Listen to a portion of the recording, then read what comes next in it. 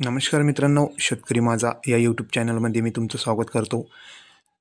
तर मित्रांनो, आपण स्क्रीनवर बघू शकतो, येत्या 2-3 दिवसापासून महाराष्ट्रामध्ये वातावरणात मोठा बदल झालेला दिसत आहे. तर मित्रांनो,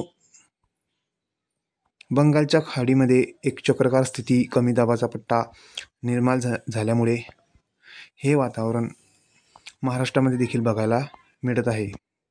तर मित्रांनो, 23-24 ह्या तारखेला पश्चिमेच्या भागामध्ये महाराष्ट्राच्या नाशिक, पालघर, मुंबई, अहिल्यानगर या भागात मित्रांनो ढगांची दाटी दिसत आहे. आपण स्क्रीनवर बघू शकता. तर मित्रांनो, ह्या संपूर्ण परिसरामध्ये नाशिक पट्ट्यात मालेगाव ह्या भागात मित्रांनो आपल्याला कुठे कुठे रिमझिम पाऊस देखील बघायला मिळू शकतो 23 तारखेला. तसं मित्रांनो, सातारा, सांगली, रत्नागिरी, विजयपुरा ह्या भागात देखील मित्रांनो आपल्याला वातावरणात मोठा बदल झालेला दिसणार आहे. 23 तारखेला कुठे कुठे रिमझिम पाऊस देखील आपल्याला बघायला मिळू शकतो. तर कुठे दिवसभर आपल्याला ढगाळ वातावरण देखील बघायला मिळू शकते.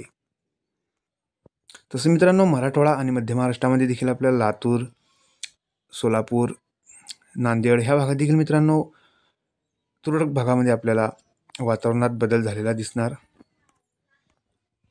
तसं मित्रांनो, उत्तर महाराष्ट्रामध्ये नंदुरबार, शेगाव, जळगाव ह्या भागात देखील मित्रांनो हलक्या प्रमाणामध्ये आपल्याला ढगाळ वातावरण बघायला मिळेल. तर मित्रांनो, नंदुरबारच्या पश्चिमी भागामध्ये आपल्याला रिमझिम पाऊस, तर कुठे ढगाळ वातावरण देखील आपल्याला बघायला मिळू शकते. साक्री, हवा, धुळे, मालेगाव, मनमाड या भागात मित्रांनो रिमझिम पाऊस पडण्याची शक्यता 23 तारखेच्या सुमारास आहे. तर मित्रांनो, छोटीशी अपडेट होती. व्हिडिओ आवडल्यास व्हिडिओला लाईक करा. नवीन असाल तर चॅनलला सबस्क्राईब करा. धन्यवाद.